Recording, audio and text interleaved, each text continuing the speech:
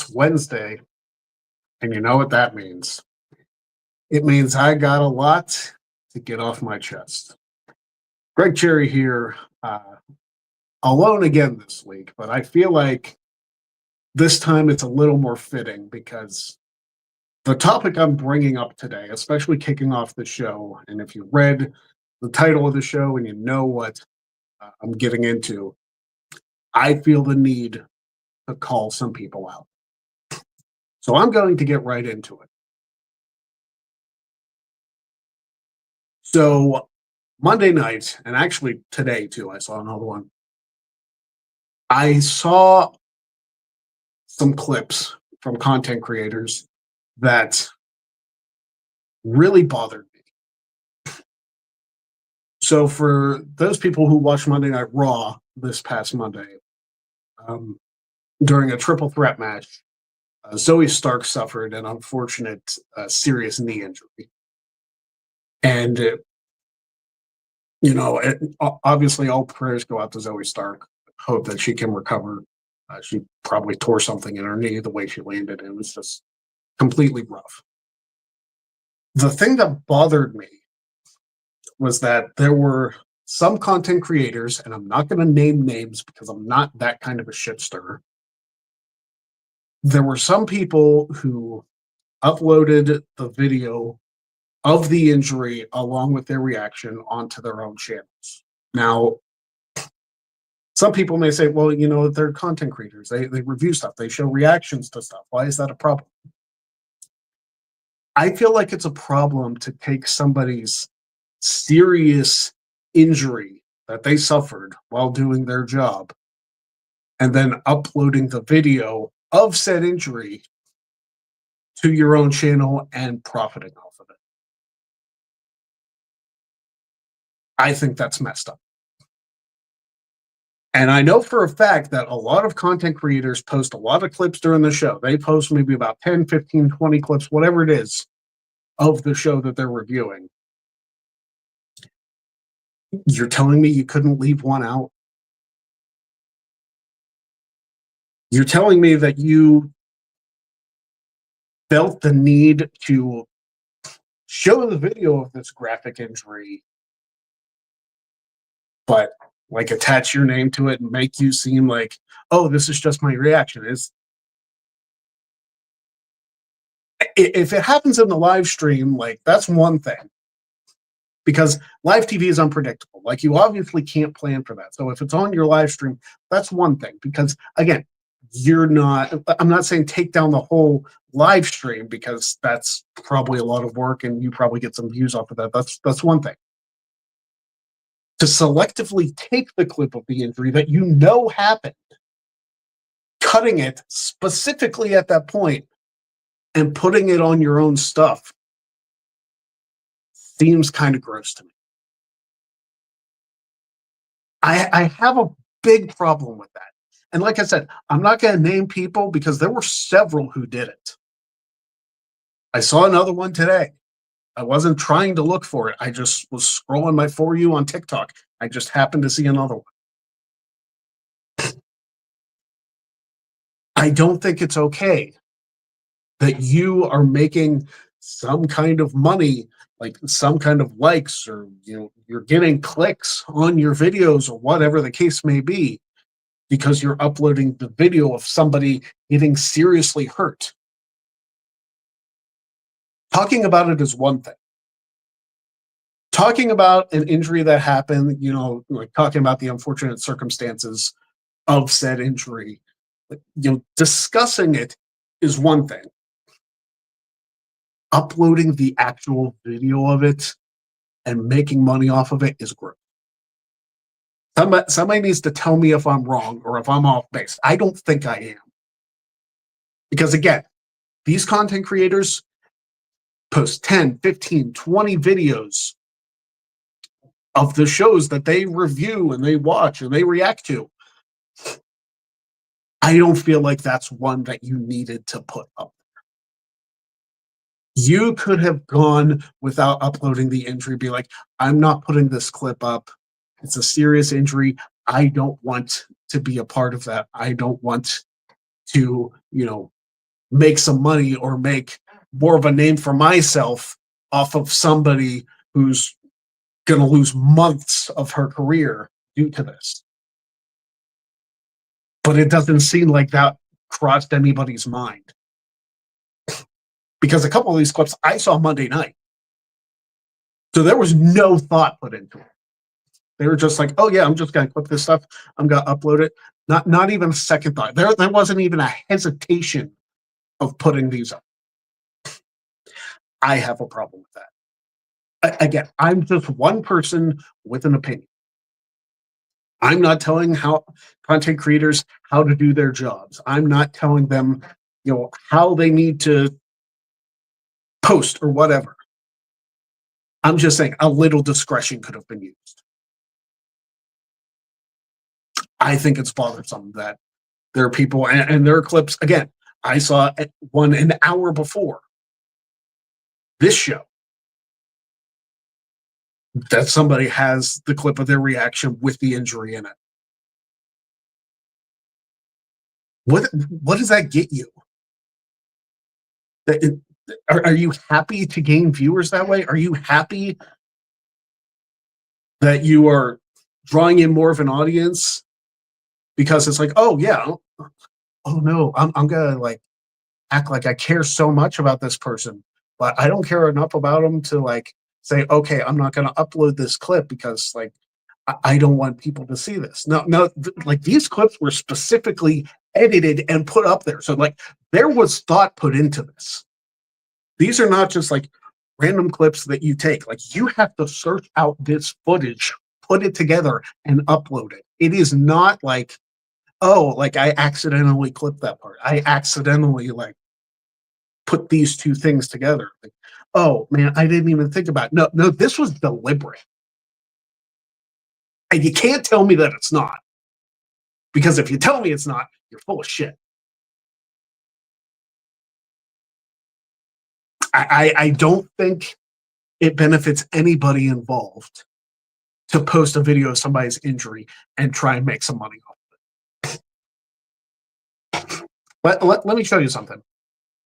I put this up here for a reason. I put this up here because, yeah, I ask people to support the show because unlike a lot of these content creators that I'm referencing, I don't have a massive audience. I don't have people just willing to share my stuff. I don't have people just ready and willing to support me at a moment's notice. I do have some people in the audience. I do have people watching. I do have people commenting. Thank you very much, Brian Doyle. He's been a loyal person in the chat. I love him for it. He's great. Absolutely love him for it. But we're talking about content creators that have hundreds, thousands of people commenting on their stuff, sharing their stuff, posting their stuff. Sharing it with other people, and like, and here's the question: would you prefer if they didn't show the footage or not upload it at all? Not upload it at all. Like you're watching a 2.5 hour show. If you have 10, 15 clips of that show, upload those. That's fine. Don't use the one with the injury. And if people are like, if you put in the first part of the match and the last part of the match, and you're wondering, where'd Zoe Stark go? Like, you can explain it, but you don't have to show the footage of the injury and make money off that.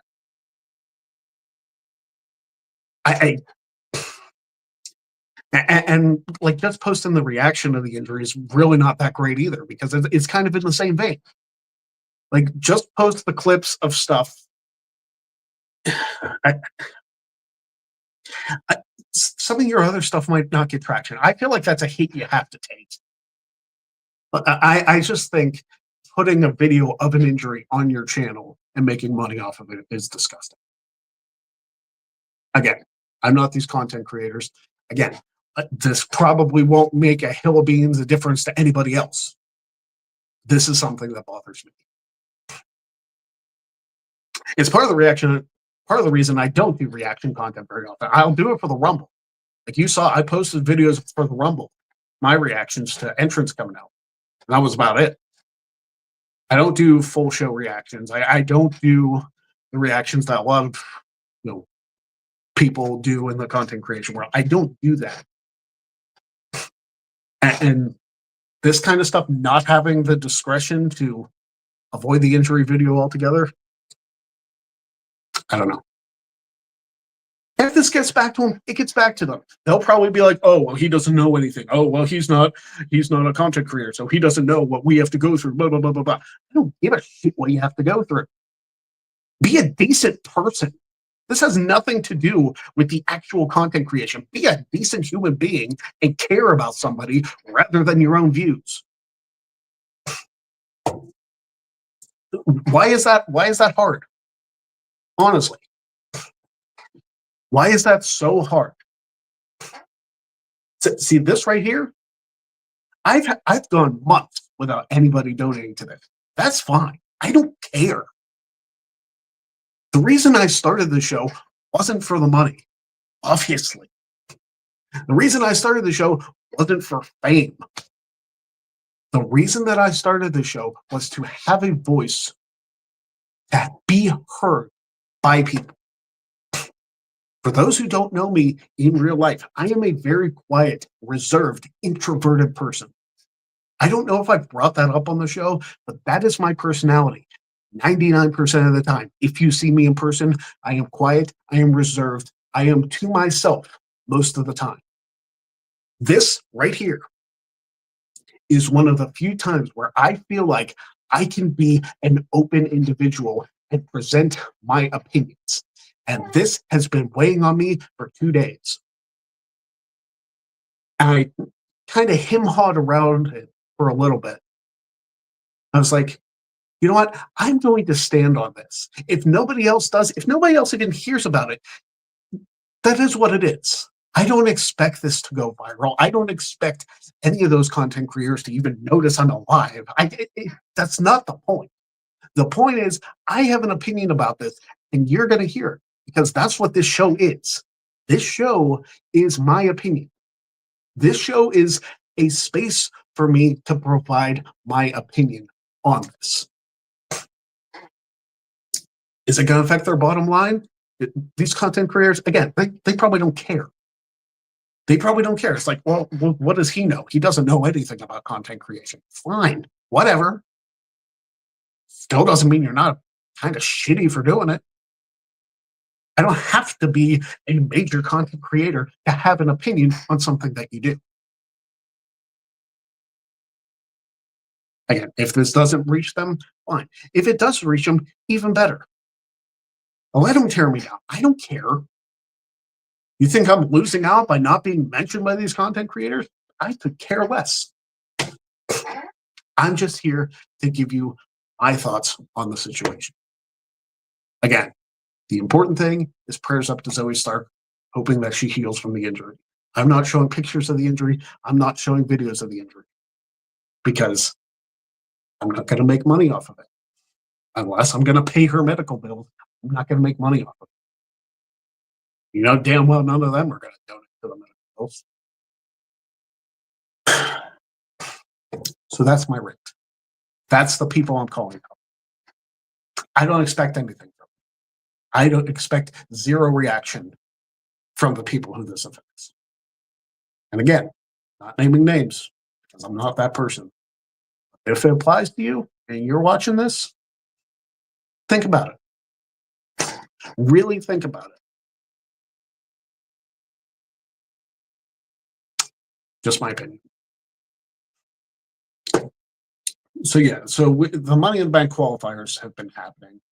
Rhea Ripley's qualified for Money in the Bank. Solo Sikoa has qualified for Money in the Bank, and it's the unfortunate thing about Zoe Stark is she's actually been like a pretty pivotal player in the Money in the Bank matches the last couple of years, but she obviously won't be a part of this one. Unless like her injury isn't as severe as we found out, but I'm pretty sure.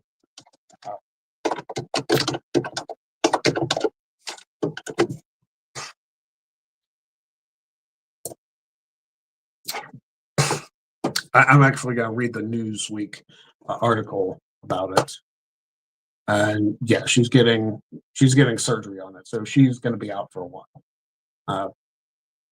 we can talk about maybe a Rumble appearance, but it's probably going to be until after WrestleMania. So hopefully, again, hopefully she heals up well because she's a great talent. She's a very underappreciated talent. I really hope that she's able to bounce back from it. But as far as the Money in the Bank qualifiers go,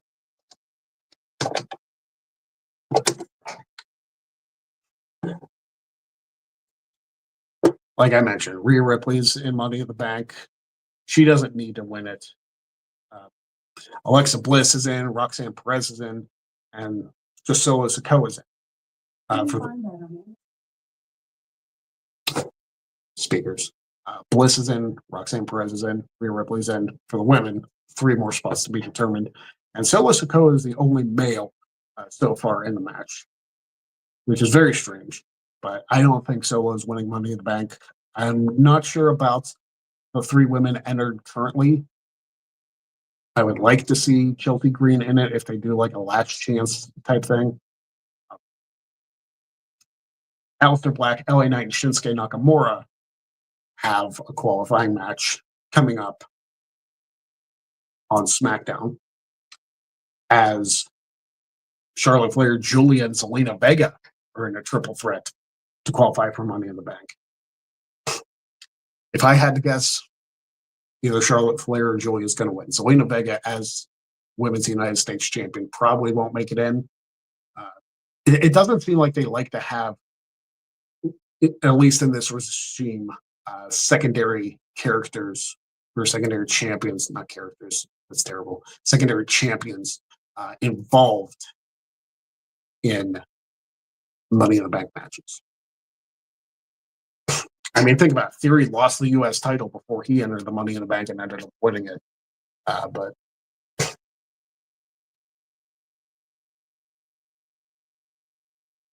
before we continue with this, Brian Doyle, very much appreciated for the donation. Let me pull up what that says.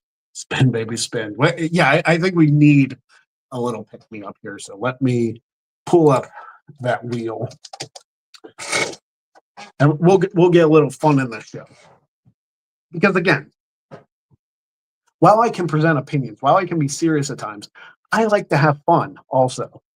So we are going to spin this wheel. Let me switch the camera right here. Whoops. We'll switch the camera so that you can see.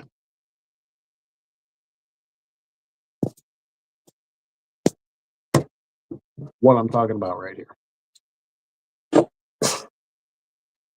So let's get a wheel spin, see what's going to happen here. And we are going to get 20 squats or 50 jumping jacks. It's one of the workout ones. 20 squats. Okay, so that's not terrible. I'm perfectly fine with that. We'll switch the camera back. There we go. So yeah, 20 squats. You guys can enjoy it as well. I'm going to be doing that right now as soon as I pull up the music.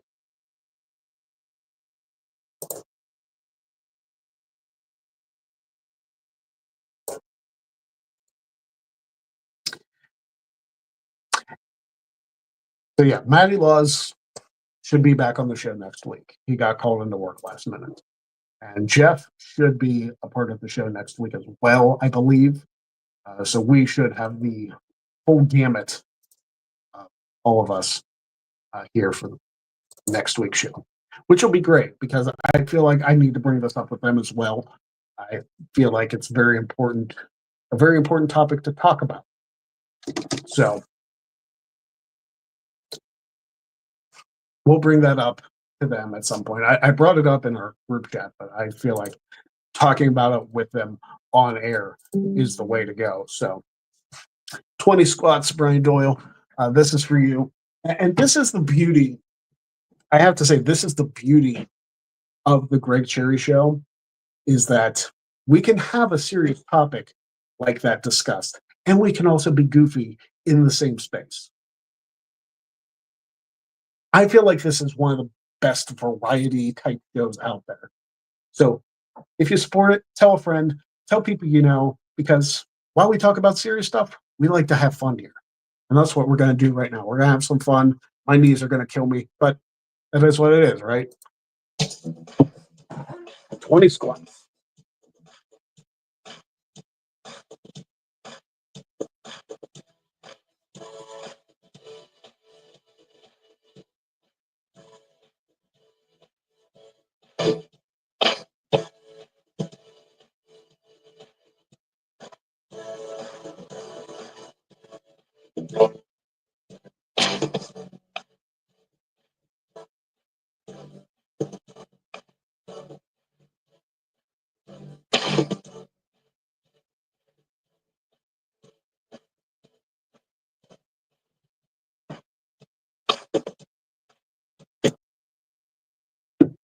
You got to love it.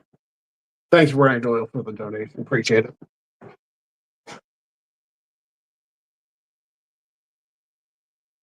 But now we can get back to talking about what we were talking about. Yeah, I know Solo's not going to win Money in the Bank. I guess I don't know really that he's not winning Money in the Bank.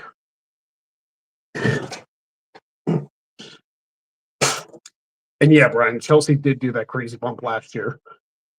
Zoe Stark also had like that Michinoku driver from Io Sky. I think that was last year's match. That was pretty insane too.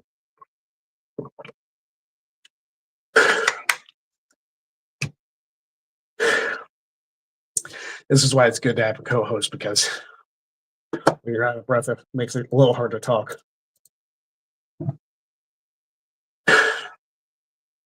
So obviously, like Saturday night's main event, Jey Uso is defending the World Heavyweight Championship against Logan Paul. But that means they're probably they might not have a world title match at Money in the Bank. Because obviously, I don't think Cena's going to be a part of that.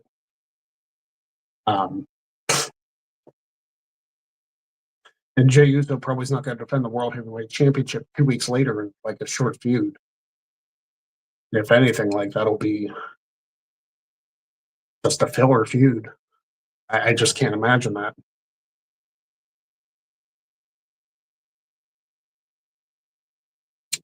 But I mean, what else are they going to do to fill the space? Because again, that's the same weekend as Worlds Collide. Same day, I believe. Yeah, so they're going to have the Worlds Collide show and Money in the Bank at the same day. That's a lot of WWE produced wrestling in one day. It really is. I'm not complaining. Don't get me wrong. I'm not complaining whatsoever. I just feel like it's definitely a lot to handle in one day. And you probably don't want to overexert everybody. I'm sure with a Worlds Collide show, you want to feature as many people as you possibly can on that show. Money in the Bank is a little bit harder because obviously you have the 2 ladder matches. You might have like 3 or 4 more matches on that card. But you're not going to go all out other than the ladder matches. You're not going to have a solid. I would honestly probably put, if you're going to do anything special for Money in the Bank, I'd probably put a stipulation match in with Lyra Valkyria and Becky Lynch. I feel like that makes the most sense to have your Women's Intercontinental Championship in a featured spot on a pay-per-view card.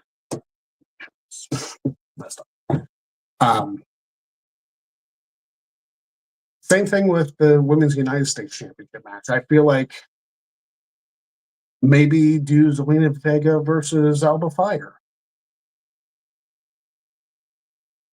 You could fill out the card that way.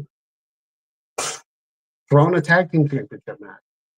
Throw the New Day against somebody. I don't know.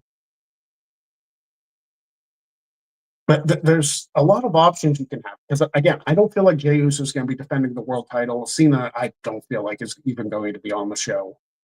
So yeah, I feel like both of those are possibilities that they may not happen. And that's probably why the World Heavyweight Championship is being defended on Saturday night's main event. So that it doesn't have to have a match at Money in the Bank because he just defended it. This is purely speculation. I don't know. They might do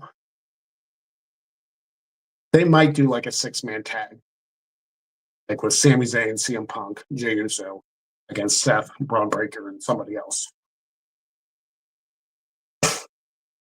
Who that'll be remains to be seen.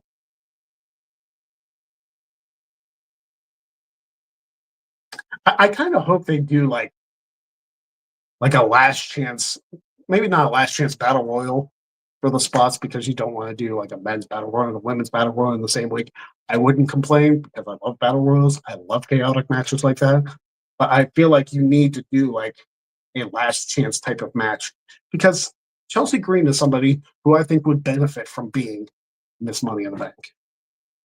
So I would absolutely would not complain if you held on to Money in the Bank for a long time, like Carmella length run with a briefcase. I'd like to see Roxanne Perez win it. She hasn't had a ton of success on the main roster yet. Obviously, she's in the ladder match, but that doesn't mean she's going to win. Alexa's already won a Money in the Bank. Rhea doesn't need it. Because again, she's already been champion multiple times. And what will she do? Will she just go after Io? Like that's it doesn't intrigue me for Rhea Ripley to hold the briefcase. So again, we'll see who the final 3 participants are. I would not want to see Charlotte Flair with a briefcase. I hope they do something with the storyline with Alexa Bliss and Charlotte Flair. I really hope that they do something with it, that maybe Charlotte leans into her darker side a little bit. Or that Charlotte like shows some weakness. I feel like that's been my biggest hiccup. I've mentioned it on the show before. It's my biggest hiccup with the Charlotte Flair character. And I hope that they allow her to expand beyond that, beyond the Ric Flair cosplay. It just and again bothers me a lot that they don't lean in to, or they just try and distance themselves from the like, hey, she's Ric Flair's daughter. That's all she's been character-wise for the last decade plus. Like, I feel it drives me nuts because I feel like she was so boxed in that she hasn't got the chance to expand. Like, if anybody needs serious character work, it's Charlotte Flair. Because she obviously has the ability to do it. But I'm almost wondering at this point, is it too late to develop Charlotte Flair's character? And is she just stuck doing this? Is she just stuck being Ric Flair's daughter with the robe, with the pyro, with the spin in the entrance, with the figure 4 as the finisher? Is she just stuck with that? Or is this storyline with Alexa Bliss her ticket to actually gaining more of a serious character? I would love to see an edge to Charlotte Flair. I would absolutely love that. And I feel like having that edge would just be incredibly beneficial to everybody involved. If Alexa and Charlotte end up being like a team at some point and go after the women's tag team titles as like kind of like a sadistic team, there could be some legs there. You've got to expand beyond what she's already done. You have to.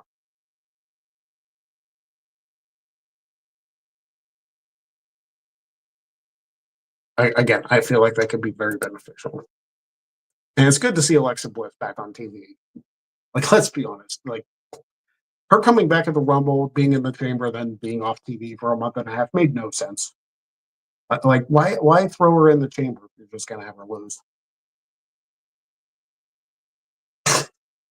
I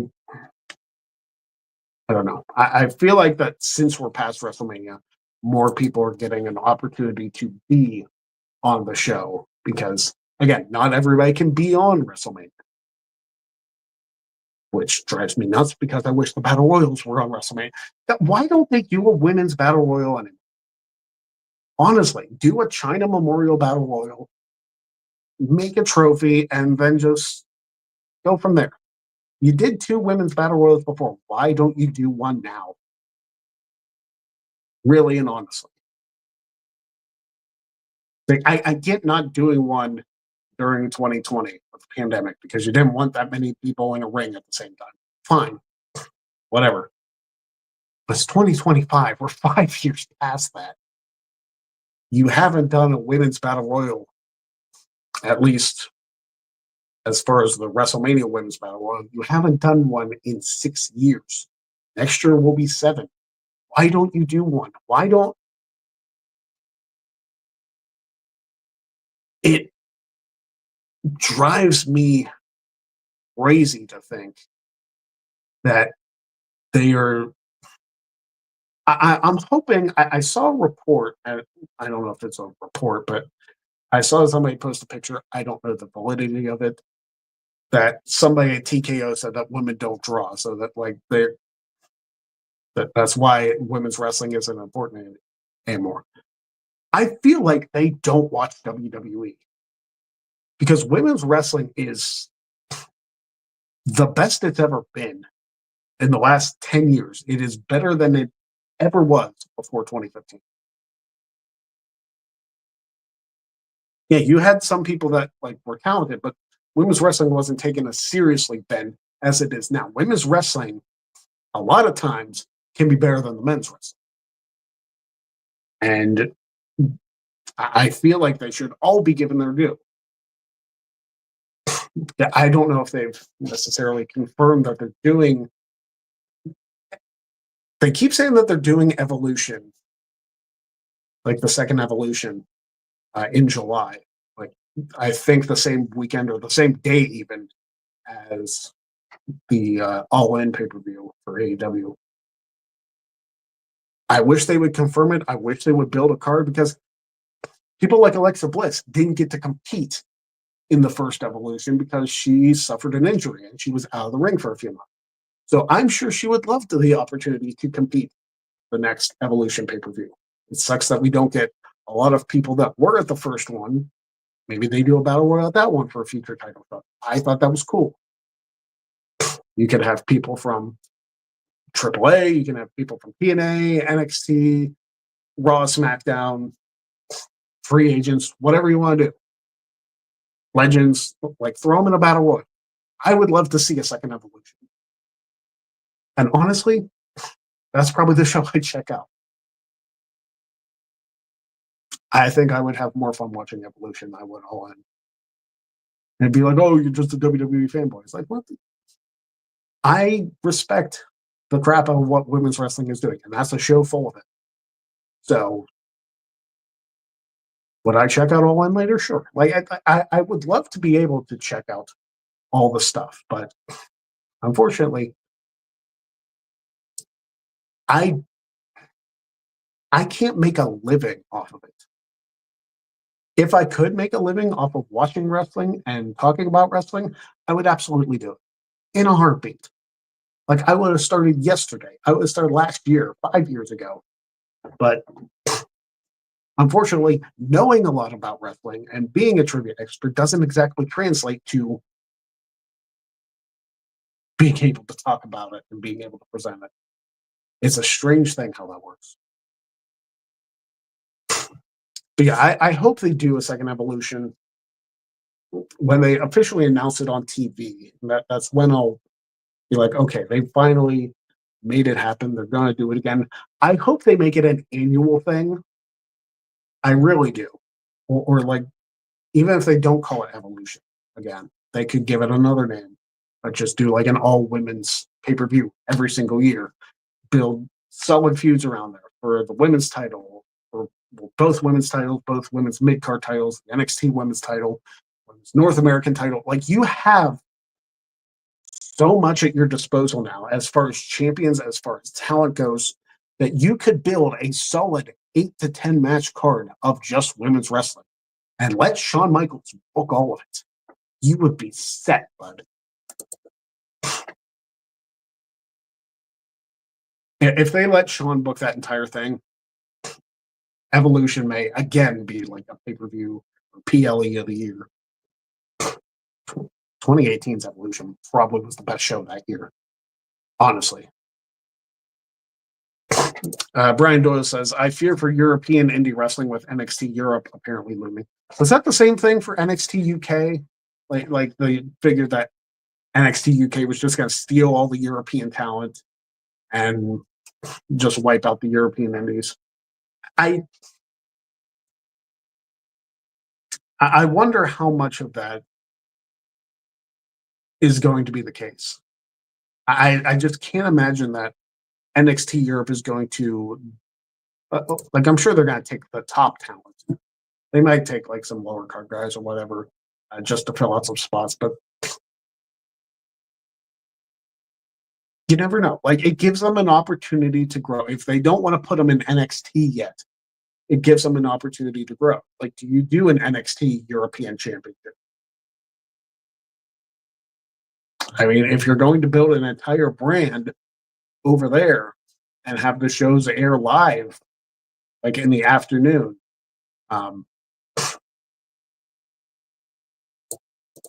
NXT UK decimated the UK indie scene and set its growth back substantially. That's understandable. I mean, if you're taking the top British superstars, if you're taking the top European superstars, then absolutely. Yeah, it's going to be hard to bring back the draw of. But realistically, like think about, and this isn't to defend WWE necessarily, but think about when AEW came into the business. How many top indie talents they signed, like to fill out their entire roster. They didn't go with a ton of ex-WWE guys initially. Like, yeah, Jericho was there, obviously, but like you didn't know Mox was there till the first show. Like you signed MJF, you signed Hangman Page, the Bucks, Omega, Britt Baker, a whole host of people, Orange Cassidy. You signed a whole host of people to be a part of that first AEW show, Double or Nothing. And you know, it worked for them. And like the indie scene, the thing is with the indie scene, yeah, if you're losing your top people, guess what? You're gonna have new top people. It's very cyclical, I guess. And yeah, I understand that AEW has more freedom with their talent working elsewhere than WWE. But WWE has actually sent their talent to GCW, NWA, like recently. Like Natalia's done some cool stuff recently on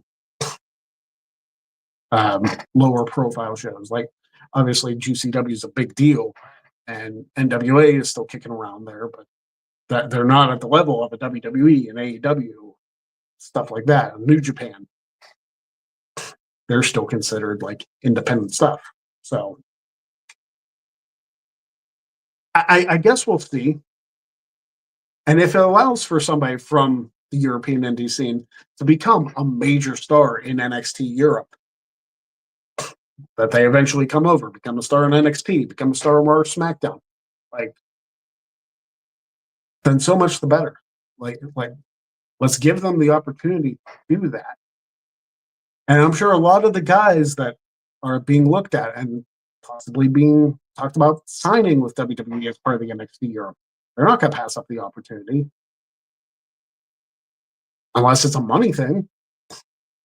I don't know how much they'd be offered because I don't work in that department.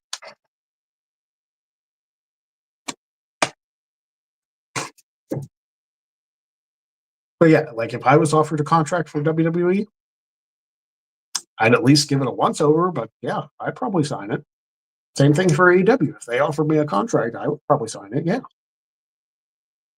If you have an opportunity, and sometimes the exposure means more initially than the paycheck. Sometimes just having that ability to be in front of people that you otherwise never would have been in front of, that can mean a lot to your career. And it's something that you can keep on your resume forever. So it can get you more money down the line. It can like help you build your character. It can help you develop more skills. Absolutely. Like if because not everybody can be WWE champion, world heavyweight champion, women's world champion, WWE women's champion, whatever the case may be. Not everybody can be the top person. Not everybody can be AEW champion or AEW women's world champion.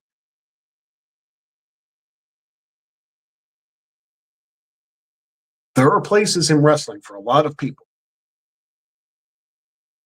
Some of them are at the top of the business. Some of them are just in the middle of the business, and maybe that's their ceiling.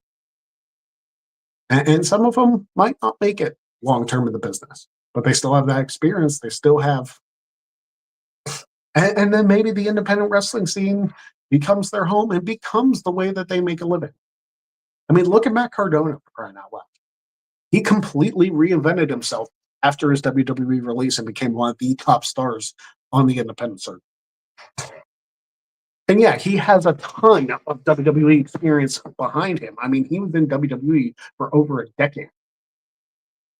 It's a crazy amount of time to take that and really pass that along to the people that he works the indies with. And yes, he's been on TNA, and he's what, the number one contender to, I was going to say, the Digital Media Championship. Is that what it's so called? I haven't been paying a ton of attention to TNA lately, but or no, they renamed that because Santino renamed it. But I think it was like the TNA International Championship. What is it? It's going to drive me nuts now. But Cardona is the number one contender to a title in TNA. But it's not the world title. TNA, I believe it's the TNA International Championship.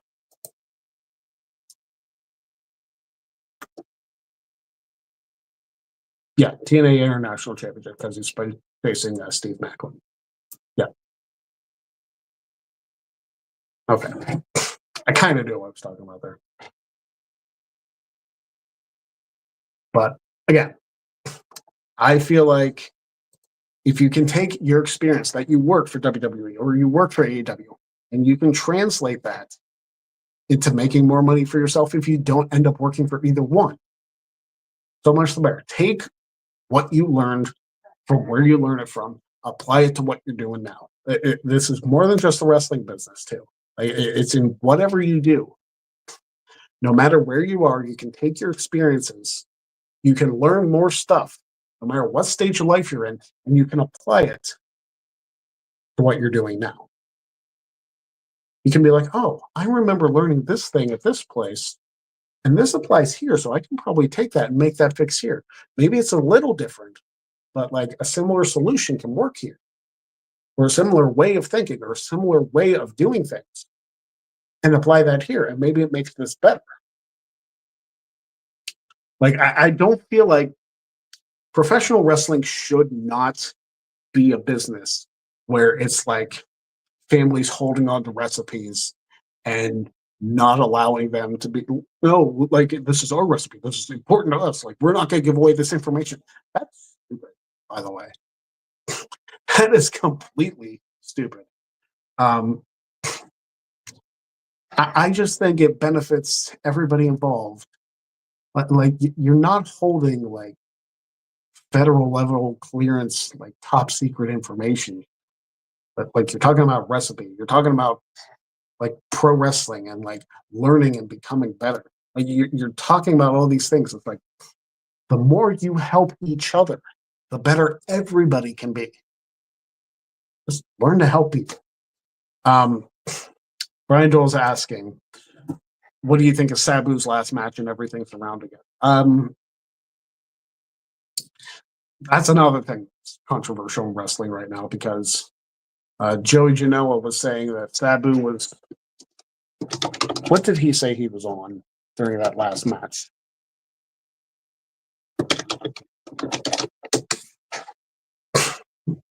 Kratom? Is that what it is? I don't even know what that is.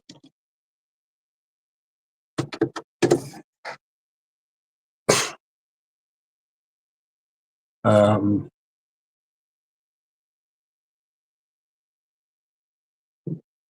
Thing it can reduce pain and stuff like that.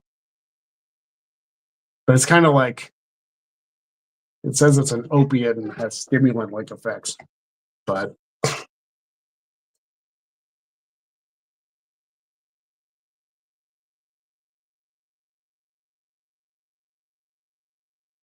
yeah, it was also banned in some states.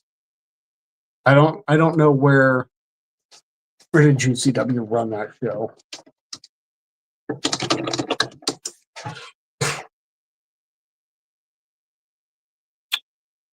Uh,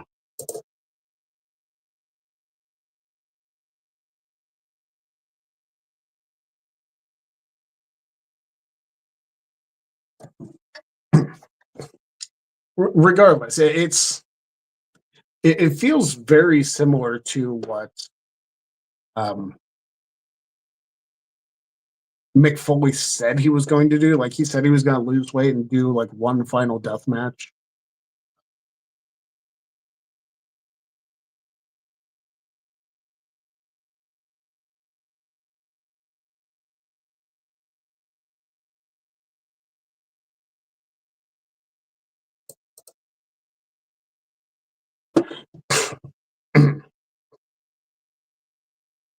Yes.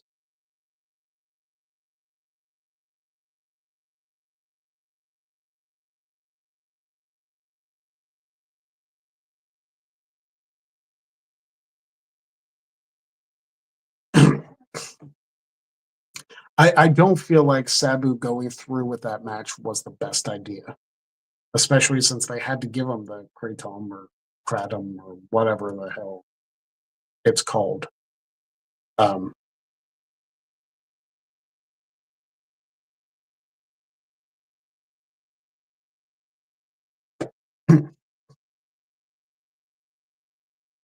but like Janela defending the, I don't know. Joey Janela has always kind of given me like a little bit of discomfort as far as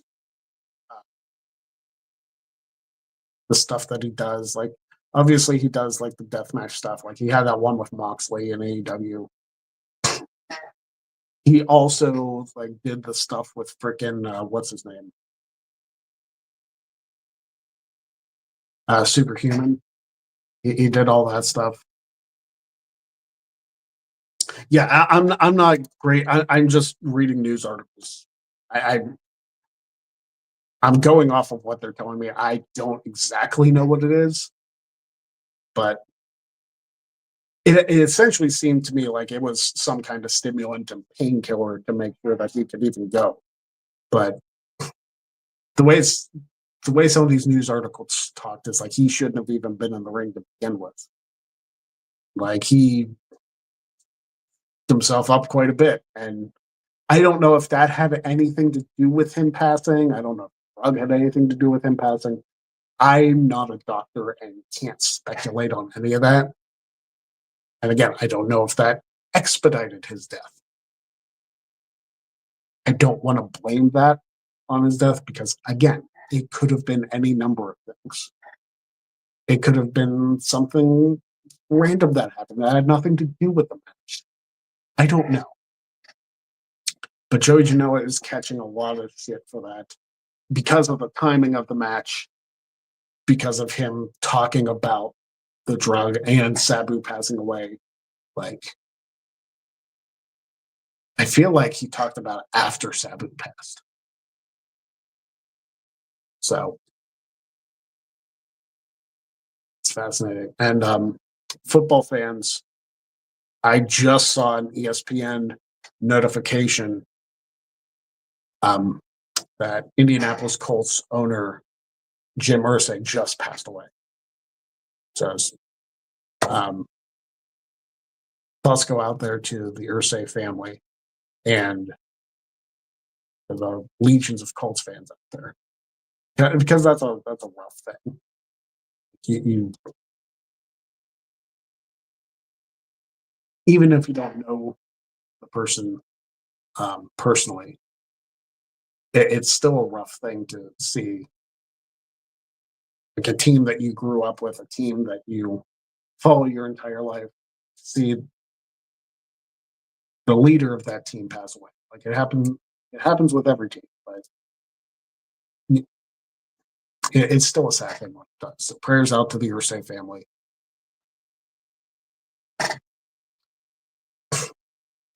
And yeah, we lost Norm from Cheers this week.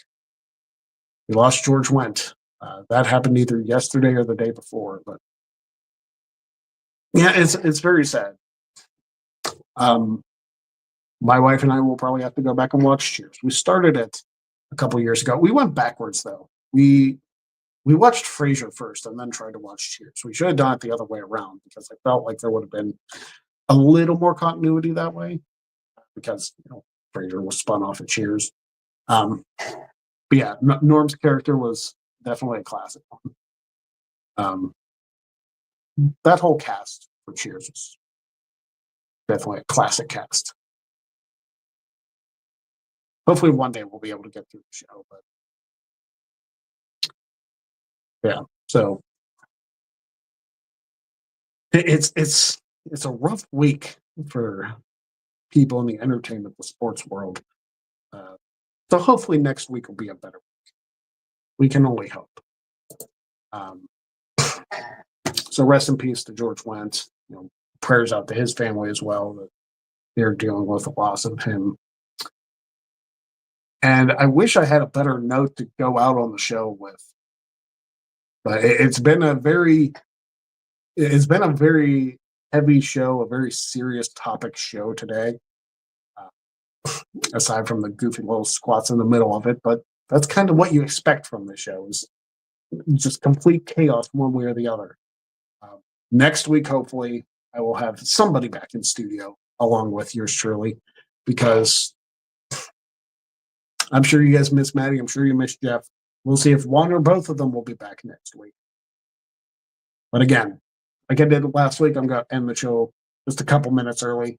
Thank you very much for watching. If you could,